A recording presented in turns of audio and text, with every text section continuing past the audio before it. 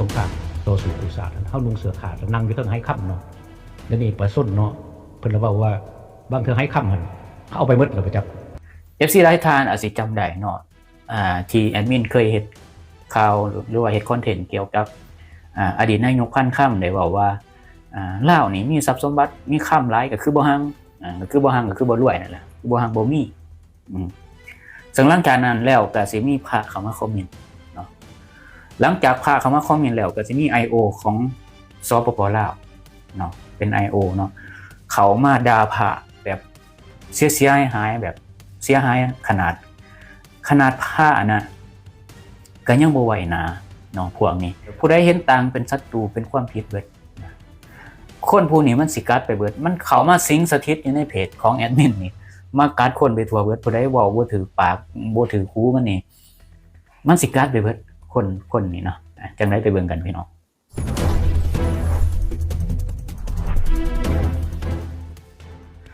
สวัสดีครับ FC ทางฝั่งไทยแล้วก็สบายดีพี่น้องเราทุกท่านเนาะครับเนาะวันนี้พอกันอีกเช่นเก่าเช่นเดิมใน2วันทิ้งตุโนหรือว่า1เหลืองกระหูผ้าเพิ่นเห็นคอนเทนต์นี่แล้วเพิ่นก็อยากเว้าเนาะเพิ่นว่าจะไปหางได้แนวใดเอาเข้าถุงเจ้าของเอาไปแบ่งกันกินหมดแล้วประชาชนทุกข์ยากคือเก่าถนนหนทางก็ขี้ฝุ่นคือเก่าหลังจากนั้นแล้ว IO ของสปป.ลาวก็มาคอมเมนต์ว่าพระเอาสมองมาเทศนาสอกกินขี่ปาโถกูถามมึงมีข้อมูลบอกว่าเขาเอาเขาทงมึงหูซำใดเวียกงานการปกครองเวียกงานการพัฒนาสังคมมึงอยู่แต่วัดอาศัยประชาชนทรงขี่ให้กินกล้าเว้าล่ามปามให้รัฐบาลสปป.ลาวพร้อมกับบักม้าลาวพัดทินกินขี่ดินใต้ตัวนี้ปวนลาวประเทศมึงใส่สมาธิแบบนี่บ่ผู้แต่ใส่หายป้ายสีคนอื่นคือมาสัวแท้ป้าโทพี่น้องคอมเมนต์ด่าพระเขาแสดงความคิดเห็นเกี่ยวกับบ้านกับเมืองศูนย์ขึ้นบักอย่างใหญ่ IO สปป.ลาวนี่ IO ได้นี่เบิ่งลักษณะแนวนี้จังได้ก็ IO เพราะว่าเห็นมาหลายปีแล้วกัดคนไปทั่วอยากได้หลักฐานว่าเอาเขาตรงตัวเองเนาะก็ไปทำรัฐบาลสู้พุ่นอันนี้ได้หลักฐานนะเขาเอาโดยร่วมจะเอาหลักฐานจากไสล่ะจากกระทรวงใดจากองค์กรใดจากการนำแขนงใดการนำแขวงใดเมืองใดเขาระบุได้ยังถ้ายังบ่ได้ระบุแสดงว่าเขาเอาโดยร่วมว่ามันมีเรื่องการโกงในประเทศเราเนาะเข้าใจบ่ภาษาคนน่ะเข้าใจอยู่บ่อยากหาแต่หลักฐานน่ะบอกขี่สอหัวส้นฟ้าน่ะขนาดคนในสภาเนาะสสในสภาก็ยังบอกว่ามันมีการโกงไปยังดูบ่ไปถามเอาพระนี่ครูบานี่เพิ่นก็ถามแบบเดียวนั่นแหละเพิ่นก็บอกแบบเดียวกับสสในสภาเคยเว้านั่นแหละมันมีการโกงลักมั่วลักควายก็ยังจับนะประชาชนนี่ขนาดโครงสร้างบ้านเมืองลักทรัพย์สมบัตินี่ก็คือบ่จับหูหนวกบ่คือจังวนเวียนสิ่งสถิตอยู่ในโลกออนไลน์คือบ่เห็นได้ยินคำนี่บ่ที่สสในสภาเว้านะเจ้ามีศีลซำใดศีลฮอด227อยู่บ่ศีล5รักษาได้อยู่บ่ศีล5ยังบ่ได้เลยเนาะนั่นสิมาด่าพระ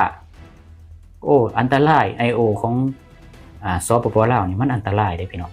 มันเห็นคนเห็นต่างนี่ว่าเป็นศัตรูว่าเป็นคนบ่ดีเป็นกลุ่มคนบ่ดีใส่หายป้ายสี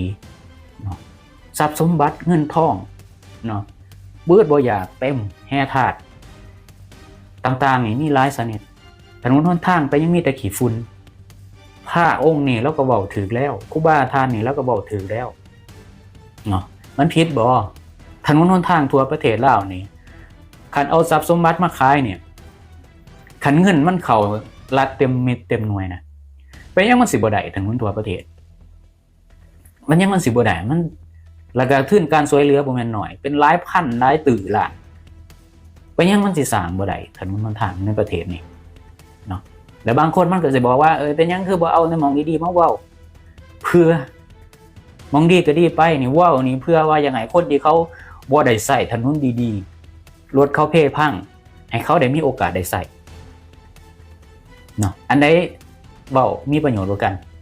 ซึ่งเว้าส้มเซยบ่ไปไสมาไสคนลำบากบ่ได้ถึกมีคนมาซอยเหี่ยงห้องมีคนซอยกระตุนดีบ่ แสเขาอยู่คือบวกคือน้องจังซี่นี่บ่ถนนมีขี้ฝุ่นจังซี่บ่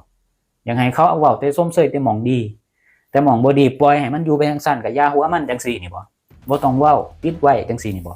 นี่คือการขาดจิตสำนึกแล้วขาดน้ำใจต่อคนในประเทศแล้วเนาะถนนมันพัฒนาไปทุกหม่องทุกบอนบ่ดีบ่เว้ากระตุ้นแล้วบ่ดีบ่อย่าให้ผิดหวังไว้ว่าซั่นเถาะเนาะมันเป็นแบบนี้ก็อย่ามันไปจังซี่บ่อย่างให้ส้มเชยอย่างเดียวแต่คนที่เขาบ่ได้ใส่เด้สิบ่เว้าใส่เขาเลยบ่เนาะน้ำใจบ่มีแล้วคิดแนวนี้คนที่คิดแนวนี้นะหรือว่า IO คนเนี่ยเกิดมาเนาะเปลืองทรัพยากรของศาสตร์เนาะเกิดมาเนาะเสียขาดคุณบ่มีน้ำใจจิตมนุษยธรรมพื้นฐานยังบ่มีแล้วจิตมนุษยธรรมนี่คือความดีความงามที่อยู่ในจิตใจของเฮาที่มันเป็นธรรมชาติของความเป็นมนุษย์ต้องฮู้มีน้ำใจต้องฮู้ยังไงคนอื่นได้รับได้ดีต้องมีความเมตตากรุณาหมายความว่ายังไงคนอื่นได้รับได้ดียังไงคนอื่นพบพอในสิ่งที่ดีเนาะได้รับในสิ่งดีอันนี้คือว่าความกรุณาเนาะพรหมวิหาร4เนี่ยคือว่าเมตตากรุณามุทิตาอุเบกขาเนี่ยพรหมวิหาร4เนี่ยมันเป็นหลักมนุษยธรรมเลยถ้าบ่มีคือว่าจบแล้วแต่คำเว้านี่มันก็หยาบกระด้างแล้วมันก็บ่งบอกแล้วเนาะก็คือจิตใจของมันน่ะแสดงออกมาแนวนี้มันก็เลยสั่งให้สมองให้ปากเว้าออกมาแนวนี้นี่บ่ IO ผู้ที่สิมาปกป้องให้อำนาจรัฐบาลต้องใช้เหตุผลคันประชาชนบ่เข้าใจใช้เหตุผลอธิบายใช้เหตุผลเว้าเขาจะเอิ้นว่าเป็นคนมีสติปัญญาเนาะบ่แม่นว่าไผเห็นต่างนี่เอาจังซี่เลยเนาะความคิดยังอยู่ในสภาวะสงครามอยู่บ่โลกมันไปฮอดไสแล้วประชาชนต้องการความสุขประชาชนต้องการอยู่ดีกินดีประชาชนบ่อยากให้มันมีการโกงเงินมันจังสิเข้ารัฐเต็มเม็ดเต็มหน่วยบ่ได้บ่ผิดบ่เดี๋ยวนี้นะมาตอบเบิ่งดูมันผิดบ่มีแต่คิดแต่อย่างเดียวว่ามาบอกให้แต่รัฐบาลแต่ว่าประชาชนด้วยกันก็อย่ามันจังซี่นี่บ่คิดแต่ว่าเจ้าเป็นไผมาบอกให้แต่รัฐบาลแต่ว่าประชาชนด้วยกันก็อย่ามันบางคนบอกว่าลาวก็คือลาวแล้วจะไปเปรียบเทียบกับประเทศอื่นแต่ว่ามาพิจารณาเบิ่งทรัพย์สมบัติของชาติบ้านเมืองมันควรที่จะให้มันดีกว่านี้เนาะประชาชนน่ะคำว่าประชาชนน่ะพี่น้องร่วมชาติสู้เข้าใจบ่เดี๋ยวนี้สู้ฟังคำนี้เข้าใจอยู่บ่สู้มาย่อมส้มเสยหรือว่ามาปกป้องอำนาจแทนเขาน่ะถามแน่สู้น่ะเอาเงินเดือนของตัวเองรอดได้ยังถนนเข้าบ้านของตัวเองดีหรือบ่นะมันเป็นห่วงอำนาจแทนเขานั่นเขาอยู่ในห้องแอร์สบายเดี๋ยวเขาตายไปแล้วลูกหลานของเขาเอาขืนมาแทนลูกหลานของพวกซูนั่นก็สิมาชมเชยแทนซูอีกมันจะเป็นจังซี่บ่ประเทศลาวมันจะอยู่จังซี่นี่บ่ปกป้องไว้เพื่อหยังต้องกระตุ้นต้องกดดันต้องมีน้ำใจต้องซอยการผลักดันเขาเอิ้นซูเข้าใจบ่เดี๋ยวนี้